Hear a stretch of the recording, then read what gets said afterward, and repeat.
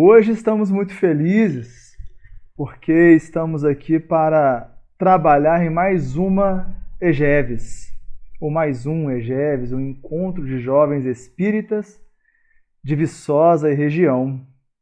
Vocês conseguem me ver e me ouvir bem? Por favor, me deem um feedback. Queria agradecer de antemão o convite da Fabiana, a toda a turma do CRE de Viçosa e região. Muito bom estar com vocês, embora virtualmente, não é? Ano passado estivemos presencialmente e foi uma maravilha estar com vocês. Bom ver o movimento jovem, a mocidade espírita interessada em estudar, em vencer as adversidades da pandemia, enfim. Bom, nesses 2 minutinhos que faltam antes de nós iniciarmos, queria dar boa noite àqueles que já chegaram. O Elinésio foi o primeiro a chegar, nossa irmã Rosimeire, o Paulo Dornelas, a nossa irmã Ana Paula, minha conterrânea de Barbacena, a Fabiana, a amiga que nos fez o convite, Cristiana, Haroldo, um abraço, Haroldo. A Helena, nossa querida irmã de Cataguases, tanto quanto a Ana Neri, o Fábio, enfim, estamos aqui. Marcilene, Ame de Visconde do Rio Branco, Caio, Kelly. Boa noite, meus irmãos. Que bom que vocês conseguem me ver e me ouvir bem e que nós possamos aqui hoje fazer uma reflexão acerca desse tema tão importante, o homem do bem, o homem de bem. Mas que, por incrível que pareça, de tanto ser falado, às vezes perde um pouco a sua conotação real. E hoje nós temos uma proposta um tanto quanto ousada. Estudar esse tema sob uma perspectiva um pouco diferente. Bom, após a prece iremos iniciar, e então eu convido todos vocês nesse momento, 20 horas, a fechar os olhos, a recordar a dúcida face do Rabi Galileu,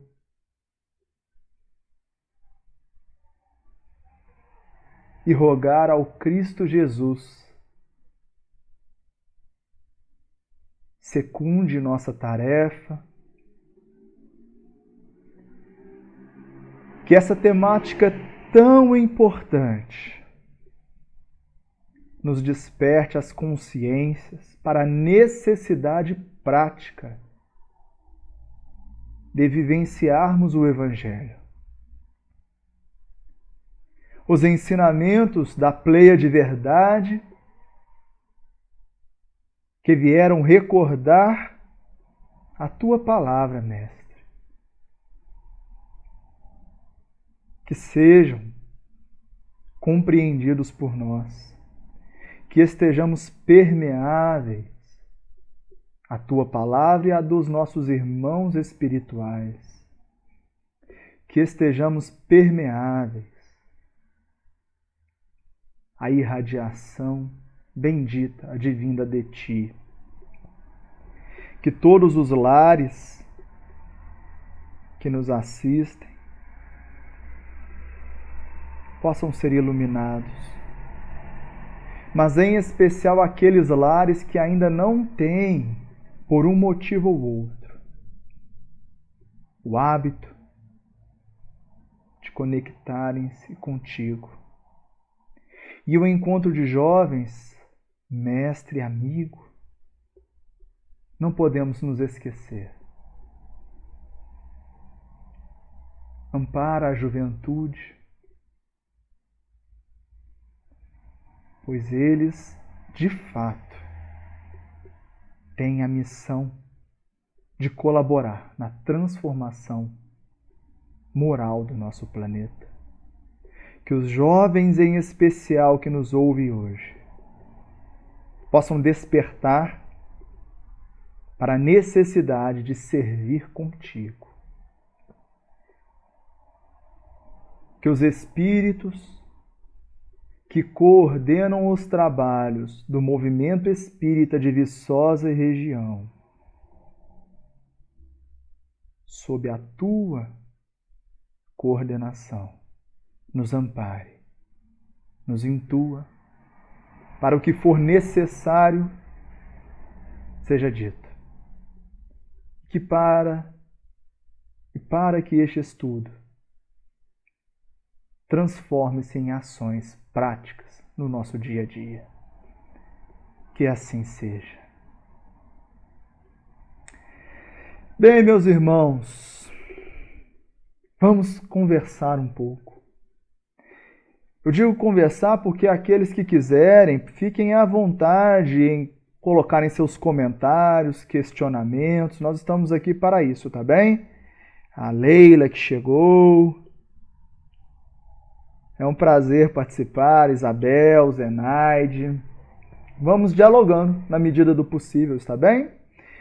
Bom, quando nos foi dado o tema O Homem de Bem, a primeira ideia que nos veio à mente é: vamos fazer um pouco diferente? Sempre buscamos a inspiração da espiritualidade amiga e os nossos benfeitores nos propuseram um trabalho um pouco diferente. Fazer uma relação entre o conceito filosófico moral do que o texto do Evangelho segundo o Espiritismo nos traz, mas com aquilo que a ciência espírita, através dos espíritos superiores, já nos trouxe, para que nós percebamos a aplicabilidade prática de sermos um homem de bem. Porque cá entre nós, todos nós conhecemos esse texto. Esse é um texto que já está materializado na Terra desde 1864, quando publicado o Evangelho segundo o Espiritismo. E a grande questão que não quer calar é: estamos conseguindo de fato sermos espíritos de bem? Allan Kardec inicia trazendo, lá no capítulo 17, no item 3º, esse contexto, ele resume, não é? Percebendo que está entre aspas, porque isso é uma mensagem espiritual, baseado na concordância e na universalidade do ensinamento dos espíritos. Allan Kardec traz essa definição do verdadeiro homem de bem, para que nós possamos aqui fazer essa relação, se estamos vivenciando isso ou não. Então isso é muito mais um estudo do que propriamente uma palestra ou uma teologia. É um estudo. Vamos estudar juntos, é o nosso convite. E todos são convidados a colaborar. Eu estou observando aqui o chat, tá bem? Então definem os espíritos superiores. O verdadeiro homem de bem é o que cumpre a lei de justiça, de amor e caridade, na sua maior pureza. Então aqui nós temos a definição do homem de bem. É o que cumpre a lei divina. Essa lei que é de amor, justiça e caridade, na maior pureza possível. E quando nós pensamos na lei divina, é muito interessante recordarmos a questão 621 do Livro dos Espíritos, onde o professor Rivaio questiona onde é que está inscrita a lei divina. E a Pleiade Verdade responde: em vossas consciências. Então veja que interessante. Se a lei divina está inscrita em nossas consciências, por que é que nós não cumprimos essa lei em sua pureza? E aí nós vamos buscar em Emmanuel, quando no livro Pensamento e Vida, lá no capítulo 1, Espelho da Vida, o benfeitor e amigo espiritual vai trazer-nos o conceito de mente. E ele vai dizer que a mente é o campo desperto da consciência. Olha que interessante essa anotação de Emmanuel. Portanto, a mente, sendo o campo desperto de nossa consciência, quer dizer, existe um campo de nossa consciência desperto, a qual damos o nome de mente, e um campo que dormita. E aqui nós podemos perceber o porquê ainda não somos homens de bem. Eu pelo menos falo por mim, porque não consigo cumprir a lei de justiça, amor e caridade na sua maior pureza. Porque apesar dessa lei estar inscrita em minha consciência, há uma parte dela que ainda dormita. E é por isso que a mente, sendo o espelho da vida, como narra também Emmanuel no mesmo capítulo, vai refletir aquilo que já despertamos de nossa consciência. E vamos cumprir a lei em concordância com aquilo que nós já despertamos. E então aqui nós já temos um primeiro pressuposto importantíssimo. Cada um de nós já despertou em um contingente as nossas respectivas consciências. Portanto, cada um de nós tem condições de cumprir a lei de justiça, amor e caridade em um grau de pureza. E o maior grau de pureza, que seria aquele do verdadeiro homem de bem, se dará quando a nossa consciência estiver plenamente desperta. E o estudo vai nos dar a condição de despertar a nossa consciência, hipertrofiando, ampliando a nossa mente, e então seremos espelhos cada vez maiores a refletirmos a luz divina que jaz em nós e por isso somos deuses. E hoje nós vamos estudar isso de uma maneira prática, não tão somente filosófica. Então vejamos aqui que interessante a fala do espírito Alexandre, quando lá no capítulo 2 do livro Missionários da Luz vai falar o seguinte: o homem que pratica o bem vive no seio de vibrações construtivas santificantes. Não é fazer teoria de esperança, é princípio científico, meus irmãos. Olha que interessante isso, o que Alexandre traz para nós. E, obviamente, André Luiz é quem narra, e Francisco Cândido Xavier psicografa. O homem que pratica o bem vive no seio de vibrações santificantes. Isso não é teoria de esperança, é princípio científico. Existe uma ciência por detrás da filosofia do homem de bem. Já aqui damos boa noite aos que chegaram, Júlio, a Sirlene, Eudiane, Patrick e Geraldo. Vejam, meus irmãos, que interessante isso. Muitos de nós tendem equivocadamente a querer colocar em caixinhas separadas o tríplice aspecto da doutrina espírita. Ser um homem de bem tem uma conotação e uma aplicabilidade prática de vivermos em vibrações construtivas. Mas veja que é o homem que pratica o bem. Praticar o bem. Ser um homem de bem denota praticar o bem. Isso é importante notarmos. E a partir daí precisamos refletir. Precisamos sair da teoria para ir para a prática. E hoje o que é que nós vamos estudar? Os princípios científicos que dão base ao contexto filosófico. Sim, o amor é o meio do despertar, mas também é o fim. É isso aí, Kelly. Grace, Luciene, excelente noite, meus irmãos. Muitos de nós esquecem qual é o princípio da doutrina espírita. Então nós trouxemos essa fala muito breve no livro O que é o Espiritismo, no preâmbulo, na introdução, Allan Kardec resume o que é a doutrina espírita. Ele diz que o espiritismo é ao mesmo tempo uma ciência de observação e uma doutrina filosófica. Como ciência prática, consiste nas relações que se estabelecem entre nós e os espíritos. E como filosofia, compreende as consequências morais que dimanam dessas relações. Então vejamos que o espiritismo é ao mesmo tempo. Não há aqui uma setorização, um sectarismo, uma especialização. Boa noite, Maria, Vânia. O espiritismo é ao mesmo tempo uma ciência de observação e uma doutrina filosófica. O que a ciência faz? Observa os fatos relacionados à relação entre nós e os espíritos. E a doutrina filosófica é o efeito da observação dessas relações. Foi isso que o professor Rivaio fez.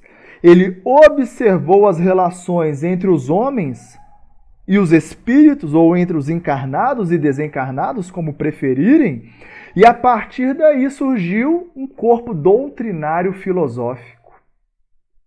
E quando nós falamos do homem de bem, isso é um efeito que dimana, é uma consequência moral da observação científica das relações entre nós e os espíritos. E o que nós vamos fazer aqui hoje é observar as implicações em sermos um homem de bem na vida dos espíritos e observando aquilo que eles nos trazem de informação, de instrução, para que possamos ter uma, digamos assim, uma maior adesão à doutrina filosófica. Para que nós tenhamos uma fé raciocinada e, portanto, inabalável. Para que nós sejamos espíritas que praticam o bem porque compreendem as leis divinas e compreendem os mecanismos de ação dessa mesma lei. Ok? Então esse vai ser o nosso viés. Vamos trabalhar de maneira ampla, porque o Espiritismo é ao mesmo tempo ciência e doutrina filosófica. Não dá para dissociar uma coisa da outra. Então vamos estudar, meus irmãos. Vamos utilizar um caso prático. Aqui vocês estão vendo uma fotografia que representa o espírito André Luiz e o médico Henrique de Luna.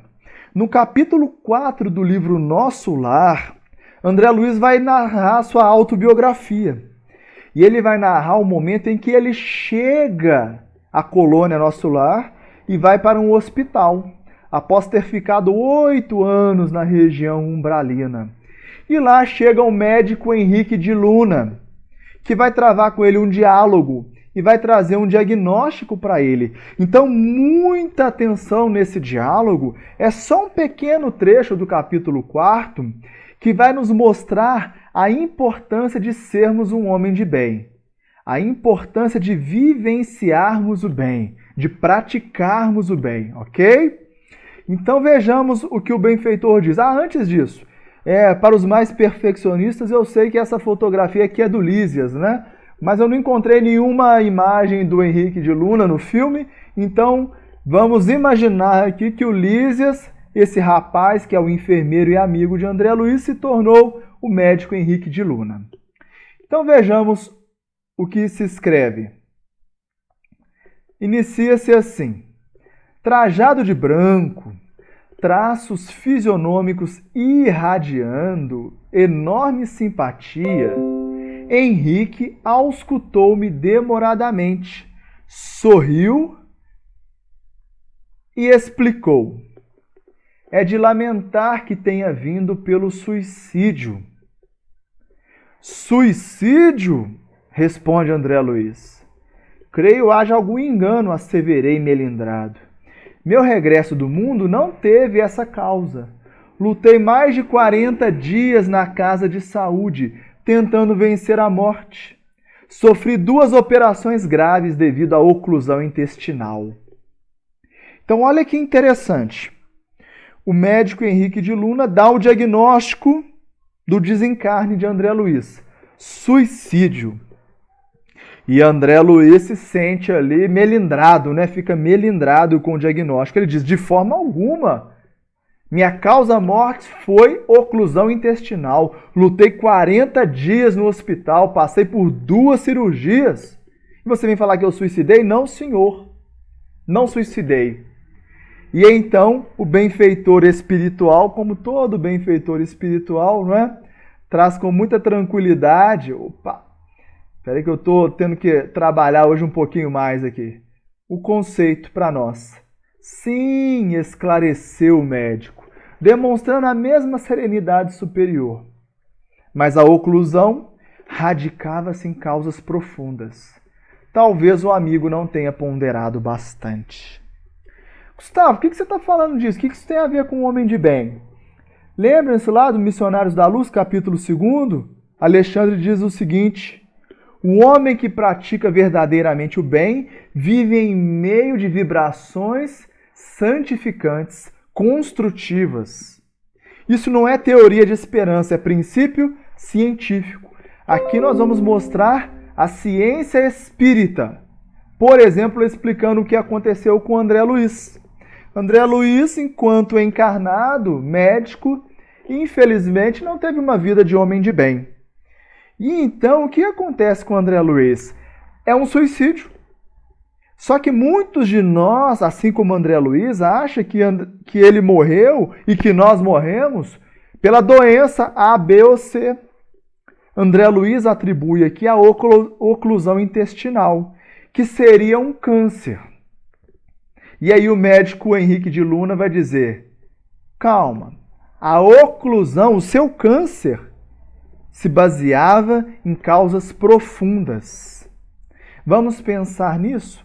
Boa noite ao Vitor, Maria, Valmir, nosso companheiro de Congonhas, da Casa do Caminho.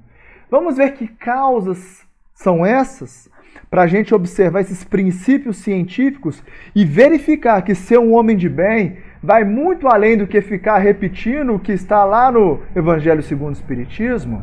Vejamos então o que os benfeitores espirituais vão nos trazer. Vejamos a zona intestinal, exclamou o médico Henrique de Luna. A oclusão derivava de elementos cancerosos, e estes, por sua vez, de algumas leviandades do meu estimado irmão no campo da sífilis. Então vamos auscultar aqui com o médico Henrique de Luna. Olha lá, o médico está auscultando André Luiz. Então, André Luiz teve um câncer no intestino, que é essa região que vocês estão observando na fotografia. O câncer, o tumor foi tão grande que ele ocluiu o intestino. Olha, é isso que vocês estão observando aqui, ó, embaixo de mim, numa colonoscopia. E o médico Henrique de Luna diz o seguinte: você morreu não foi por causa da oclusão intestinal. A oclusão intestinal se deu por causa de um tumor, de uma neoplasia, de um câncer.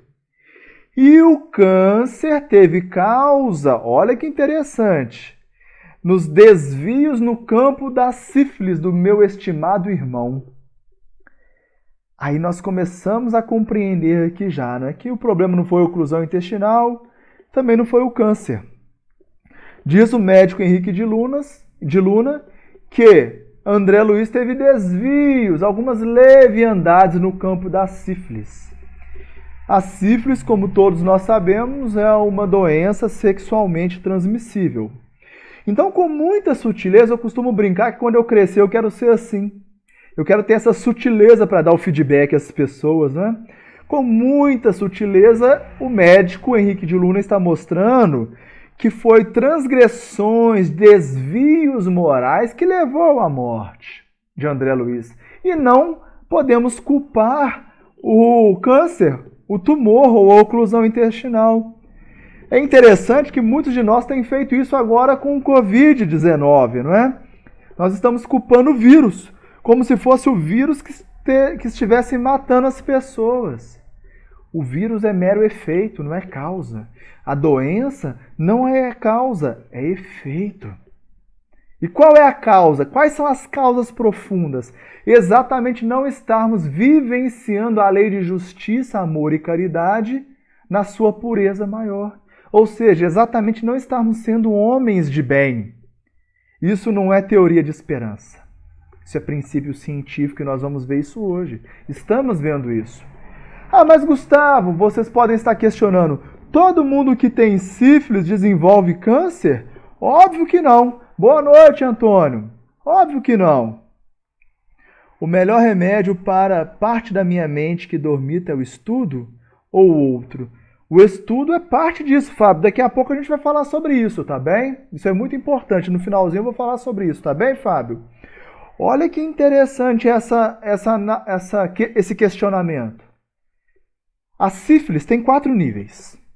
Desde o assintomático, até o nível 4, que é o neoplásico ou cancerígeno. Por que será que André Luiz teve o nível 4? E nós podemos fazer essa analogia com o Covid-19 também.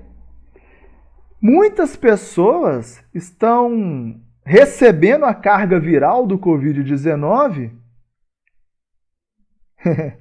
A ausculta é feita sem estetoscópio, é verdade. Lá eles têm um psicoscópio, Júlio. O psicoscópio é narrado lá no livro Nos Domínios da Mediunidade, né? É uma condição de observar as irradiações dos corpos perispirituais. Mas isso é tema para outro bate-papo. Mas é isso aí, não tem estetoscópio lá não, Júlio. Por que é que algumas pessoas estão contraindo a carga viral do Covid-19, estão assintomáticas, e outras desencarnam? Existem várias possibilidades, sim. Mas hoje aqui nós vamos verificar que estar em harmonia com a lei divina guarda estreita relação com o nosso sistema imunológico. E foi o que aconteceu com André Luiz. André Luiz, ele teve o 4º nível de sífilis. E aí o médico Henrique de Luna vai explicar o porquê. Olha lá, o médico dizendo: talvez a moléstia, André, não assumisse características tão graves se o seu procedimento mental no planeta estivesse enquadrado nos princípios da fraternidade e da temperança. Vocês estão vendo esse tumor aqui, ó? À minha esquerda no vídeo, para vocês devem estar à esquerda também. Esse é um tumor que matou André Luiz. Desse tipo, obviamente, não o próprio. Que ocluiu o intestino.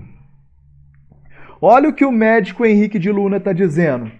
Que a sífilis talvez não assumisse características tão graves, ou seja, o 4º nível, se o procedimento mental de André Luiz estivesse enquadrado nos princípios de fraternidade e temperança. Pessoal, vocês estão entendendo o que eu quero dizer aqui? Que o suicídio indireto ou inconsciente de André Luiz não foi porque ele fumava ou bebia tão somente. A gente se apega muito a isso, né?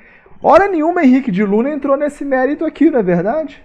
O suicídio indireto de André Luiz não foi por causa da oclusão intestinal. Não foi por causa do tumor. Nem foi por causa da sífilis e das leviandades no campo da sexualidade de André Luiz. Henrique de Luna está dizendo que a causa maior foi o desvio dele nos princípios de fraternidade e temperança. O que isso quer dizer? André Luiz não amava o próximo como a si mesmo. André Luiz não enxergava no próximo seu irmão, filho de Deus. E André Luiz era intemperante. Sabe quem é a pessoa intemperante? É aquela que fica irado, nervoso, à toa, por qualquer coisa. Pessoa irascível. Isso é muito grave. Sim, ele transgrediu as leis, mas veja que é a transgressão num sentido muito mais sutil do que a gente imagina. É a nível mental. É por isso que ser um homem de bem, cumprir as leis de Deus no seu mais alto grau de pureza, não é só praticar ou deixar de praticar. É desejar, sentir, pensar e agir em harmonia com a lei de Deus. Não é, Vitor? É isso aí. Kelly. Veja que a questão transcende. Ser um homem de bem é realmente o tempo todo procurar estar em harmonia com a lei divina. Olha bem para essa foto aqui. Todas as vezes que nós ficamos com raiva, com ódio, temos desejo de vingança, desejamos o mal para o outro, nós podemos estar criando um câncer em nós. Vocês sabiam disso? Daqui a pouco nós vamos falar sobre isso. Mostrar que a ciência de hoje, a psiconeuroendocrinoimunologia, já comprova essa relação. Já. Mas o que é que nós estamos querendo dizer aqui? Veja que através da observação da relação entre os espíritos e nós, conforme preceitua Kardec. E como não ser intemperante? Boa questão, né, ô Caio? Aí eu lembro de Paulo de Tarso. Paulo de Tarso disse o seguinte: o mal que eu não quero fazer, esse eu faço. E o bem que eu quero fazer, esse eu ainda não faço, não é? Intemperante é o orgulho, um grau elevado e o desejo de controle sobre tudo e todos. É porque nós nos sentimos nos direitos de impor a nossa verdade, como se a nossa verdade fosse maior que as outras. Por que nós sentimos raiva? Por que nós sentimos ódio? Esse é um trabalho de autoconhecimento, Caio. E é muito importante assumirmos que ainda sentimos raiva. Sim, que ainda somos ou estamos intemperantes. Porque se eu negar isso, eu não vou conseguir trabalhar. Então, quando eu me percebo em momentos de intemperança, o que é que eu faço? Opa, eu lembro aqui, ó, Gustavo, eu lembro da colonoscopia. Eu não quero promover um tumor em mim. Entende, Caio? É isso aí. E aí, quando eu começo a trabalhar com isso, eu penso assim, o outro não tem o poder de fazer com que eu crie em mim um câncer, por exemplo. É o que está acontecendo com a pandemia, Norma. Exatamente. As pessoas estão totalmente intemperadas, desequilibradas. Olha, eu tenho um amigo cardiologista, né? E ele costuma dizer o seguinte, que 90% das pessoas que estão chegando no consultório de cardiologia não tem nada, fisiologicamente falando. Mas sentem dificuldades respiratórias, sentem dores no tórax, sente palpitação, taquicardia, a pressão ou sobe ou desce, hipertensos ou hipotensos. Guarda essa imagem, Maria, ela vale muito a pena. Eu fiz isso comigo. Todas as vezes que eu fico com raiva de alguma coisa, eu lembro de André Luiz. Eu falo, não vou criar câncer. Sabe por quê, gente? Todos nós temos uma predisposição a desenvolver uma neoplasia, um tumor, tá bem? Ninguém está livre disso. Se nós formos estudar lá os nossos cromossomos, nosso sistema genético, todos nós podemos criar isso. Não se pode separar corpo e sentimento, é claro. Daqui a pouco a gente vai falar sobre isso. Tá bem, Caio, fico feliz se eu pude ser útil. Tá vendo como estudar o conceito de homem de bem sob uma perspectiva científica? Aí a gente tem que trazer André Luiz para a conversa, é muito mais gostoso e prazeroso. Vê como é mais prático? Não sei se vocês conseguem compreender o que eu estou tentando passar. Para mim faz mais sentido o texto Homem de Bem quando eu faço a associação com isso, por exemplo. Joana diz que nossos desequilíbrios advêm da moral ainda não trabalhada, como orgulho. Isso. Vamos ver o que André Luiz fala sobre isso? Olha só que interessante a fala de André Luiz. É só para fazer a correlação com o texto do Homem de Bem. Olha lá no Evangelho segundo o Espiritismo. Kardec diz assim, o homem de bem é bom, humano e benevolente para com todos, sem distinção de raças nem de crenças, porque em todos os homens vê seus irmãos. Você se lembra qual foi o diagnóstico de Henrique de Luna para o André Luiz? Faltou ele no que é um temperamento de fraternidade. O que é não ter sentimentos de fraternidade? É não enxergar no homem irmão seu. Vê o texto, olha lá, do capítulo 19 do Evangelho segundo o Espiritismo e o que André Luiz narra para nós. Também acho muito profundo, Elidiane, acho extremamente profundo. Por isso que nós agradecemos a espiritualidade que nos intuiu trabalhar esse tema dessa maneira. Não que seja a melhor maneira, mas eu tenho certeza que vai servir para algumas pessoas. Em especial para os jovens, né, que são muito científicos, né, são muito cartesianos. Aqui a gente está aprendendo, pesquisando, estudando. Em todas as circunstâncias, o homem de bem toma por guia a caridade, tendo como certo que é aquele que prejudica outro com palavras malévolas, que fere com seu orgulho e o seu desprezo a suscetibilidade de alguém, que não recua a ideia de causar um sofrimento, uma contrariedade, ainda que ligeira, quando a pode evitar, falta ao dever de amar ao próximo. Veja que esse é o contexto de cumprir a lei divina, amar ao próximo como a si mesmo, não é isso que Jesus diz? Quando indagado, Rabi, qual a maior de todas as leis? Amar a Deus sobre todas as coisas e o próximo como a ti mesmo. Resumidamente, o texto do Evangelho segundo o Espiritismo se mostra na prática pela auscultação espiritual do médico Henrique de Luna em André Luiz. E André Luiz ele representa toda a humanidade. Embora seja um estudo de caso, nós todos podemos nos ver em André Luiz. Então tenhamos cuidado, porque quando nós estamos em desarmonia, querendo, olha lá, sentimento de orgulho, prejudicando os outros com palavras malévolas, ferindo, desprezando o próximo, estamos faltando com o dever de amar ao próximo, não estamos sendo homens de bem.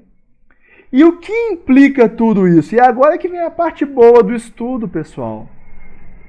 Vamos em Evolução em Dois Mundos, André Luiz.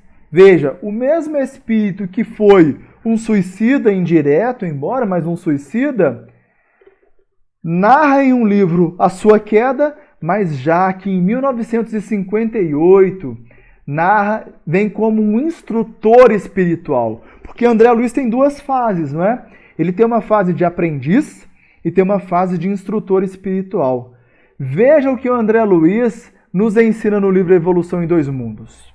Prestem atenção. Aqui André Luiz está falando sobre os neurônios, os 100 bilhões de células neuronais que todos nós temos, lá no capítulo 9 do livro. Ele diz assim: acha-se no neurônio um pigmento ocre. Para os homens, fique tranquilo, daqui a pouquinho eu vou explicar. As mulheres já sabem do que se trata o ocre, né? Estreitamente relacionado com um corpo espiritual, de função muito importante na vida do pensamento.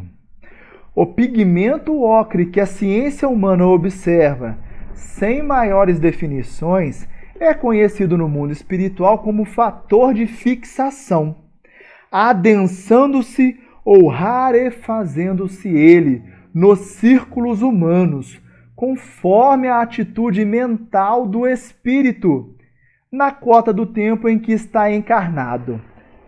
Bom, então translation, né, galera? Vamos fazer aqui uma legenda, vamos traduzir. André Luiz está dizendo o seguinte, que em cada uma das aproximadamente 100 bilhões de células neuronais que todos nós temos, existe no neuroplasma, no citoplasma dessa célula, um pigmento ocre. Esse pigmento ele está relacionado ao corpo perispiritual, ao perispírito, gente. Lembra quando lá na Gênese Allan Kardec diz que o perispírito é ligado molécula a molécula ao nosso corpo físico?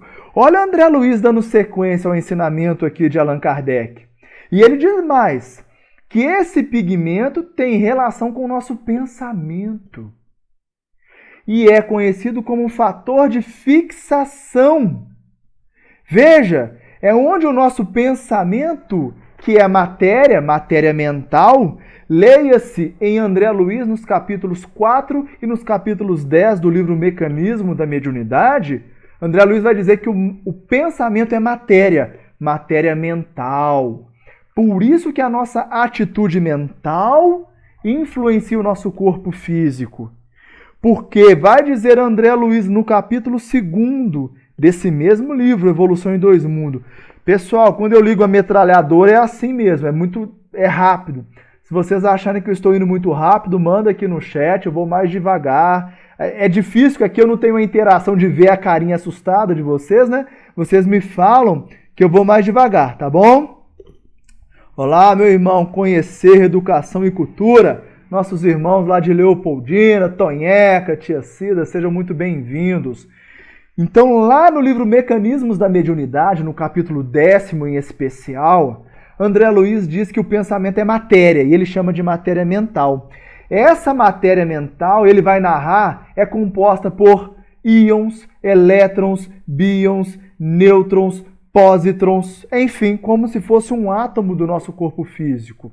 Essa é uma analogia que André Luiz utiliza.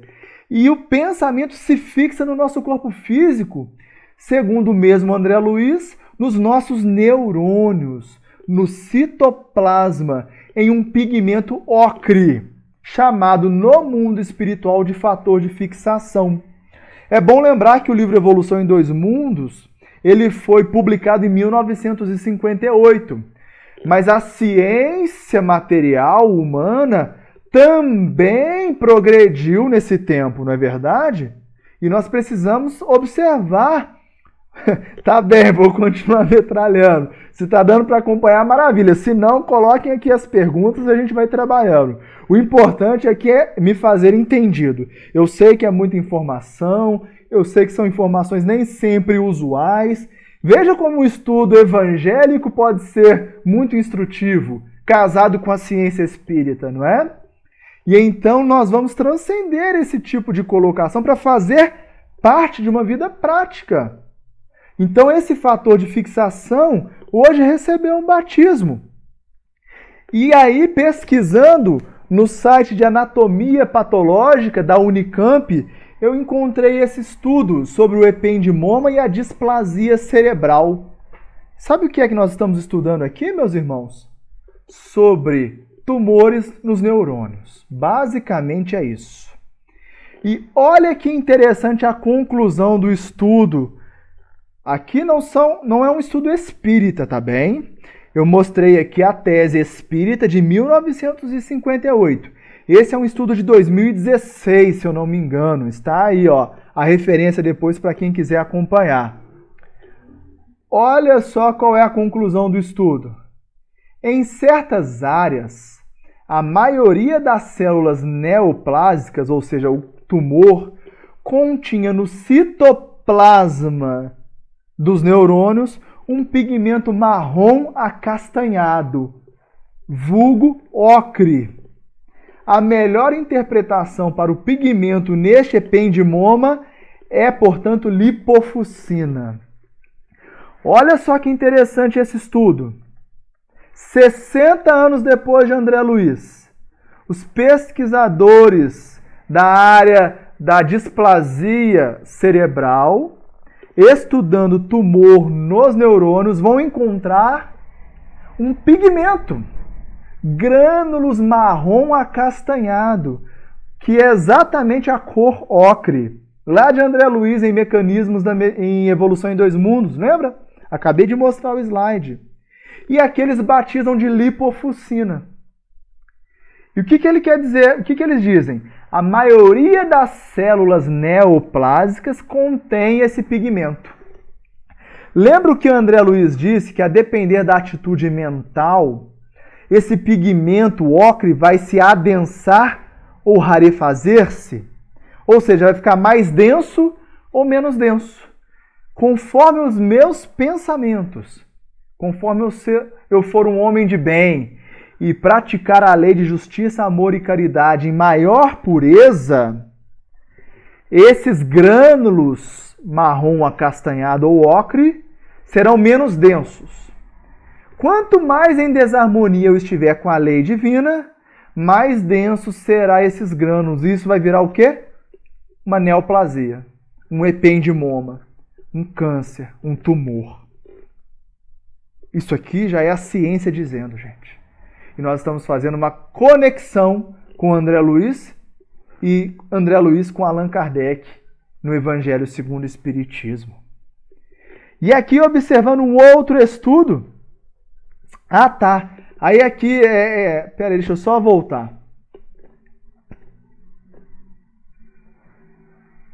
Em certas áreas eles vão encontrar ciência, filosofia e religião, é isso aí.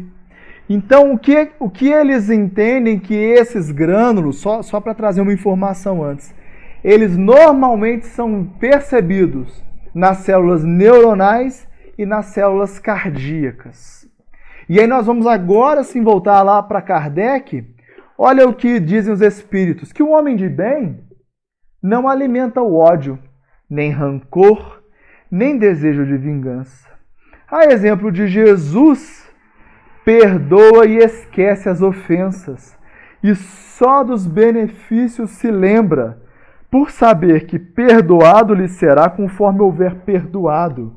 É indulgente para com as fraquezas alheias, porque sabe que também necessita de indulgência.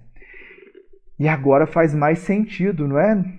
Nos esforçarmos para não alimentar ódio, não alimentar rancor, não alimentar desejo de vingança, para esquecer as ofensas, para perdoar. Por quê? Porque todas as vezes que eu odeio, que eu nutro rancor, que eu desejo vingança, o que é que está acontecendo lá no meu neurônio?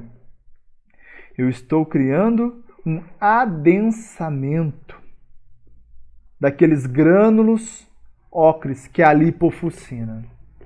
E a depender do tempo em que eu mantiver aquele pensamento chamado monoideísmo, isso vai realmente se densificar, promovendo uma disfunção, uma displasia no nosso córtex cerebral.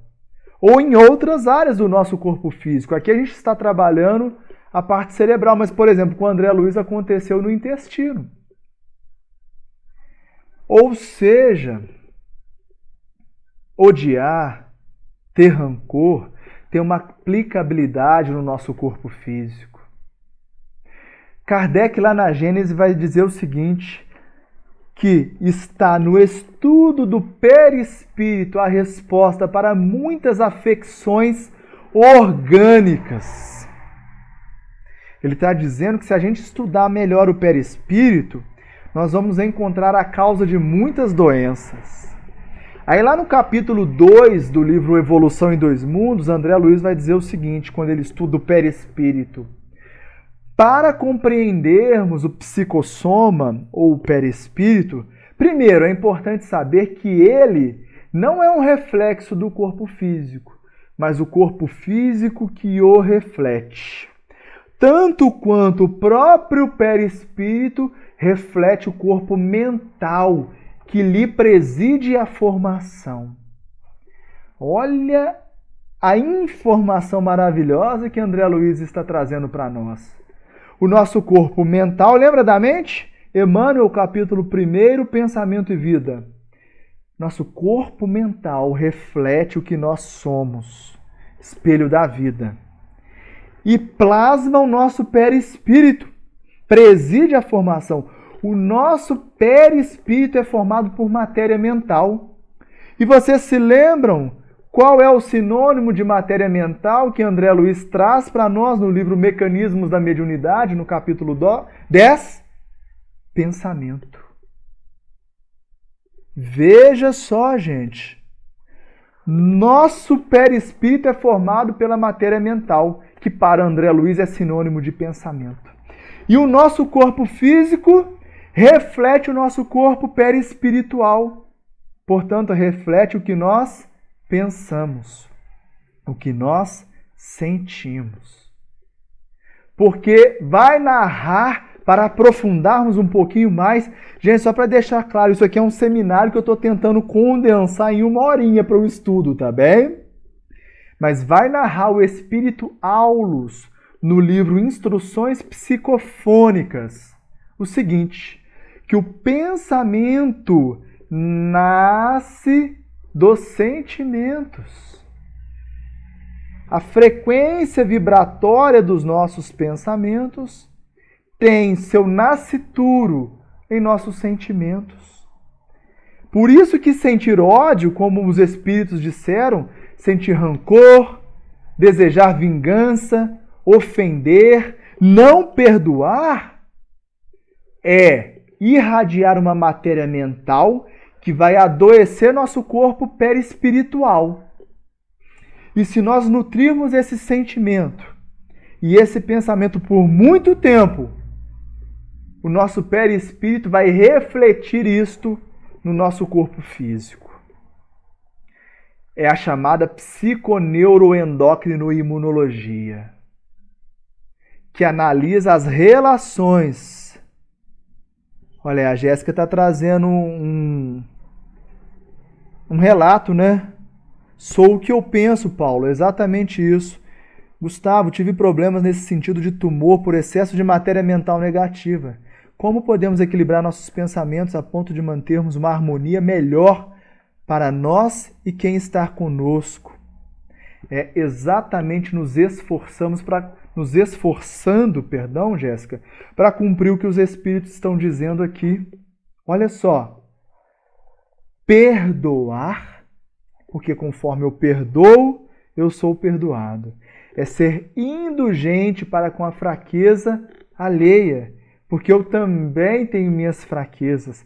É, em suma, ser um homem de bem, que é praticar o bem e praticar a lei divina na sua pureza. É por isso que só não fazer o mal não basta, não é isso que ensinam os Espíritos? É necessário fazer o bem no limite de nossas forças. Porque o que é que acontece quando eu começo a praticar o bem? Eu começo a irradiar matéria mental positiva, Jéssica, e amigos que estão nos acompanhando. E aí, eu começo a promover a autocura. Porque, em verdade, o que existe é a autocura. Tanto é que Jesus diz, tua fé te curou. Mas Tiago, lá na sua epístola, vai nos dizer que a fé sem obras é morta. A fé que Jesus alude e Tiago relembra é a prática das leis divinas, ou seja, é ser um homem de bem. Isso vai trazer para nós essa troca dessas moléculas, matéria mental, no perispírito e no corpo físico, meus irmãos. Veja que ser um homem de bem vai muito além do que fazer isso ou aquilo. Não é só um conceito filosófico, não é só uma teoria de esperança, é princípio científico. É por isso que muitos de nós terá contato com o vírus, o Covid-19 ou tantos outros, estaremos assintomáticos e muitos de nós desencarnará. Porque vai depender do nosso sistema imunológico, do nosso sistema endócrino, do quão predispostos estamos a adoecer devido à nossa desarmonia com a lei divina. Emmanuel, no livro Consolador, na questão 95, vai dizer o seguinte: para o homem na Terra, saúde é o perfeito funcionamento dos órgãos físicos. Entretanto, para nós, no mundo espiritual, saúde é a perfeita harmonia da alma. Ou seja, é estarmos em harmonia com a lei divina. De forma diferente, todos os espíritos estão dizendo a mesma coisa, gente. O que nós estamos fazendo aqui hoje é mostrar um viés filosófico e um viés científico sobre isso, para que cada um de nós entenda a sua maneira. Mas como nós estamos chegando no final do nosso tempo, nós vamos passar para recordar Alexandre e irmos para as nossas conclusões finais. O homem que pratica o bem vive no seio de vibrações construtivas, santificantes. Que vibrações são essas? Agora nós conseguimos entender isso melhor. As vibrações são as irradiações da nossa matéria mental, que constitui e preside a formação do meu perispírito, do meu psicossoma, que reflete no meu corpo físico. E eu vou construir aqui vibrações santificantes. E eu vou, de fato, estar imune. Eu costumo brincar com o pessoal respondendo a Jéssica, não é? E daqui a pouco eu volto aqui para ver o comentário do Fábio, do Paulo, do Júlio, tá bom? Do Fábio de novo. Eu costumo brincar o seguinte: vocês conhecem aquele versículo do Novo Testamento? E Jesus, ardendo de febre, não foi pregar aquele dia? Tem esse? Não tem, né? E aquele outro assim: Jesus adoeceu e naquele dia ficou de cama. Tem esse? Também não tem. O corpo biológico de Jesus nunca adoeceu. Por quê? Porque Jesus foi o único espírito encarnado na Terra em perfeita harmonia com a lei divina. Jesus é o paradigma. Jesus é o modelo e guia do homem de bem, que praticou no maior grau de pureza a lei de justiça, amor e caridade. É por isso que ele não adoeceu. E nós estamos adoecendo enquanto corpo social, porque ainda não estamos praticando a lei de justiça, amor e caridade na sua pureza. Por isso a pandemia. A pandemia não é criação de Deus, é nossa criação. Somos nós, enquanto corpo social, adoecidos, em desarmonia com a lei divina, quem criamos a pandemia. André Luiz, no livro Os Mensageiros, traz uma informação muito interessante. Quando ele desce da colônia Nosso Lar, ele observa a crosta terrestre e pergunta a Aniceto, porque ele observa um fluido enegrecido como se fosse uma poluição, uma fumaça enegrecida. E pergunta a Aniceto, o que é aquilo, Aniceto? E então ele recebe a resposta. Aquilo são os pensamentos humanos. É a matéria mental. É a psicosfera do planeta Terra. E se não fosse o Sol a dissipar esses miasmas, esses fluidos miasmáticos, seria impossível a vida na Terra. E hora depois, no mesmo livro, André Luiz começa a observar larvas na psicosfera. E então ele chama de larvas mentais. E as larvas mentais adoecem o nosso corpo perispirítico. E por conseguinte, adoece o nosso corpo físico. Então as pandemias nada mais são que o efeito ainda da nossa desarmonia para com a lei divina. Enquanto nós não formos homens de bem, não estarmos em harmonia com a lei divina, transgredirmos tais leis, outras pandemias virão, essa que é a verdade. Por isso, ser um homem de bem é fundamental. Porque eu vou contribuir para o meu bem e para o bem de toda a humanidade. Diminuindo essa psicosfera densa, essa poluição mental. A gente se preocupa tanto com a poluição sonora, com a poluição dos gases e a poluição mental. Precisamos tomar cuidado com isso. Porque as vibrações na Terra ainda não são construtivas nem santificantes, porque nós, como um todo, ainda não praticamos o bem. Precisamos praticar o bem para modificar a psicosfera, para erradicar essas larvas mentais. Isso não é teoria de esperança, é princípio científico e nós vimos hoje. A própria ciência física já corrobora com os achados de André Luiz. É por isso, meus irmãos, que nós temos que ter muito cuidado. Muito cuidado. Ser um homem de bem transcende muito a um conceito filosófico, a um princípio religioso. Ele tem que ser aplicado e, estudando o Espiritismo, nós despertamos para tal mistério. É por isso que nós precisamos compreender o tríplice aspecto da doutrina espírita e vivenciá-la. Nós estamos chegando aqui ao final. Vou aqui só ler os comentários do pessoal nesse finalzinho. Vamos lá, nós temos a Jéssica, aí depois eu já li, né? Aí o Fábio disse, quando você ama um amigo e sofre um desprezo por parte dele, como controlar esses sentimentos? Essa é uma questão muito interessante, viu, Fábio?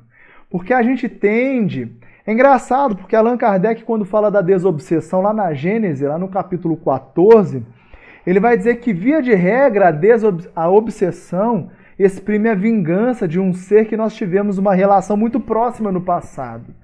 Porque se alguém nos despreza, e a gente não liga muito para aquela pessoa, tanto faz, tanto fez, né, gente? Mas quando é um amigo, uma pessoa próxima, isso dói tanto na gente. Como controlar esse sentimento? O que nós temos que entender é que o fato de sermos desprezados não quer dizer que eu sou um ser desprezível. Se aquele indivíduo me despreza, é porque ele ainda não despertou para o sentimento de fraternidade legítima, porque ele ainda está distante de ser um homem de bem. E o fato de eu me sentir triste com isso é natural e normal. isso não implica em que eu queira o mal dele. E aí a gente tem que exercitar o perdão. Porque é aquele indivíduo que despreza alguém que está transgredindo a lei divina. Que isso não faça com que eu também transgrida. Vamos pensar em Jesus? Curou tantas pessoas, alimentou 5.000 varões morrendo de fome, fez o bem todo o tempo. E no momento crucial do seu desenlace, apenas 3 estavam lá com ele. Isso é que é desprezo, não é, Fábio? Isso é ser desprezado. E qual é a atitude de Jesus? Pai, perdoa. Eles não sabem o que fazem. Fábio, perdoa seu amigo. Ele não sabe o que faz quando ele te despreza. Porque, infelizmente, ele está criando provavelmente um karma. E será desprezado. Até mesmo para ver quanto dói ser desprezado e nunca mais desprezar ninguém. Não é verdade?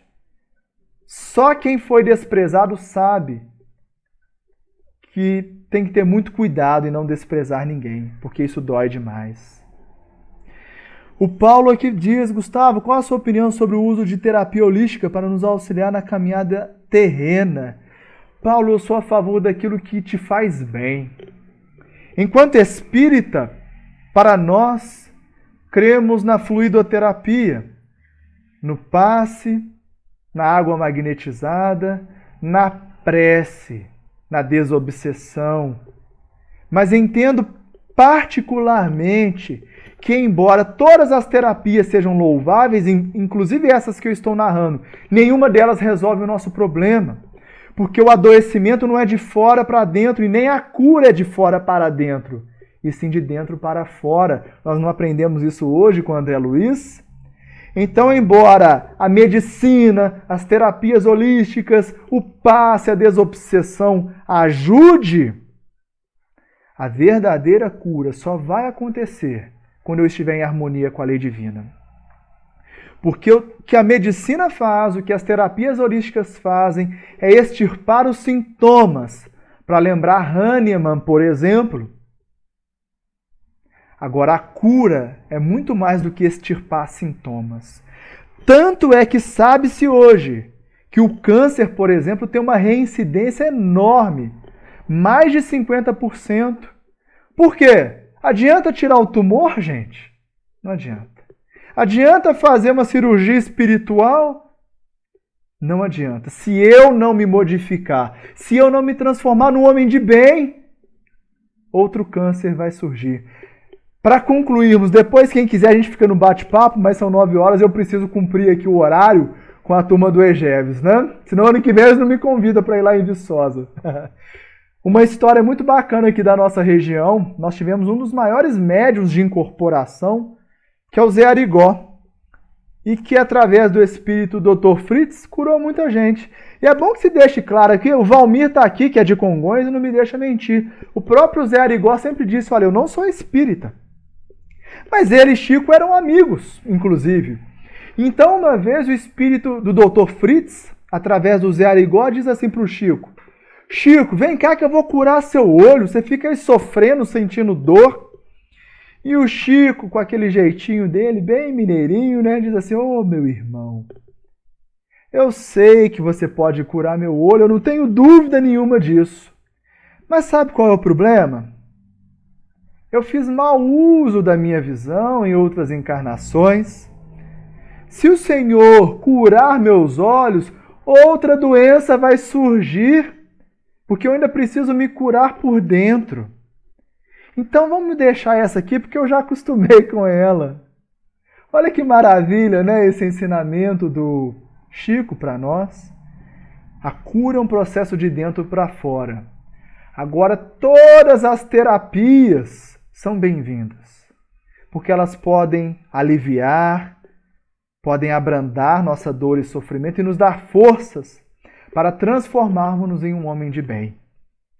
E assim, meus irmãos, eu agradeço imensamente a todos que estiveram conosco, Espero sinceramente que tenha sido útil para vocês, que essa leitura do texto O Homem de Bem do Evangelho segundo o Espiritismo tenha sido assim um pouco diferente, não no sentido de melhor nem pior, mas para trazer um outro prisma, um outro olhar sobre esse texto tanto falado, mas por nós ainda tão pouco praticado, não é verdade? Agradeço mais uma vez a Fabiana, a todos que participaram, a todos que doaram seu tempo, seus ouvidos e seus corações para nós. E eu queria convidar a todos agora a orar, agradecendo a Deus e a Jesus pela oportunidade do estudo, o estudo que nos desperta a mente e a consciência, a instrução que colabora na nossa transformação, para que paulatinamente sejamos melhores, até que um dia sejamos verdadeiramente homens de bem, praticando a lei de justiça, amor e caridade em sua máxima pureza. Mas que sejamos hoje um pouco melhores que ontem. E amanhã, um pouco melhores que hoje. Irmãos meus, Jesus é o caminho, a verdade e a vida. E Ele nos trouxe o Paracleto, o Consolador prometido. E é por isso que todos vós, espíritas, precisam conhecer a doutrina que dizem professar, mergulhar nos estudos, retirar as pérolas desta obra tão bendita, para que a vossa fé não seja vã, para que sejamos dignos desse tesouro que é o Espiritismo, que caminha lado a lado com a ciência e tem implicações filosóficas e morais como consequência do conhecimento advindo do estudo. A vós, jovens, o movimento espírita carece de vós. Ao movimento espírita de Viçosa, uma cidade universitária, quão necessário é jovens espíritas na academia, porque os materialistas não virão ao espiritismo estudá-lo, cabendo a vocês levarem a ciência espírita ao mundo acadêmico, demonstrando que o espiritismo trabalha ao lado da ciência desenvolvida com a razão, o bom senso e a lógica. Químicos, físicos, geômetras, matemáticos serão erguidos à condição de sacerdotes de Deus. Vossos laboratórios serão os verdadeiros templos que extinguirão o materialismo, porque hão de comprovar a inexistência da matéria. E o espírito sobrepor-se-á, e a mensagem de Jesus transcenderá o meio religioso, para chegar a toda a gente, independente de filiações filosófico-religiosas. Nós contamos com vocês, jovens espíritas. força na labuta. Não reencarnaram e conheceram o Espiritismo à toa. Façam desses encontros um repositório de conhecimento e motivação para darem conta de vossa administração. São os nossos votos, rogando que a paz do Cristo seja com todos vocês. Paz e bem. Bem, meus irmãos, é isto. Agradecemos a todos. E aqui vamos tentar responder, bater um papo com a turma que ficou. Perdoar não é esquecer, concorda? Claro que não. Até porque não dá para esquecer. A gente pode se enganar. Perdoar é compreender, é ser indulgente para com a imperfeição alheia. Júlio, né? A gente fala muito de caridade. A gente só se esquece que caridade, segundo entendia Jesus, nada mais é que benevolência para com todos e indulgência para com a imperfeição do próximo e perdão das ofensas. Então nós temos que ter cuidado com isso. E devemos perdoar quanto? Não só 7, mas 70 vezes 7, sempre. Sabe por quê, Júlio e meus amigos? No fundo, quem perdoa é que se liberta. Quem não perdoa torna-se cativo daquela dor. E às vezes quem errou para conosco já se arrependeu e já reparou. E ele, vive a sua vida. Muito bem, obrigado. Então que nós tomemos cuidado para com isso. Agradecemos mais uma vez a participação de todos.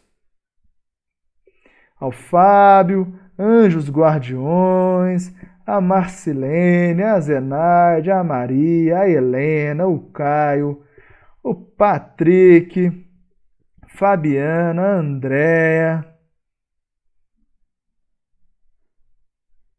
a Gracinha, a Giane, nossa companheira de Cataguás, Helena, Norma. Espero que tenham gostado de verdade, Cristina. Ok, Beth, vamos a Visconde do Rio Branco fazer esse seminário, vai ser um prazer, vamos agendar isso. Estou morrendo de vontade de voltar aos seminários presenciais, né? Tão bom, né?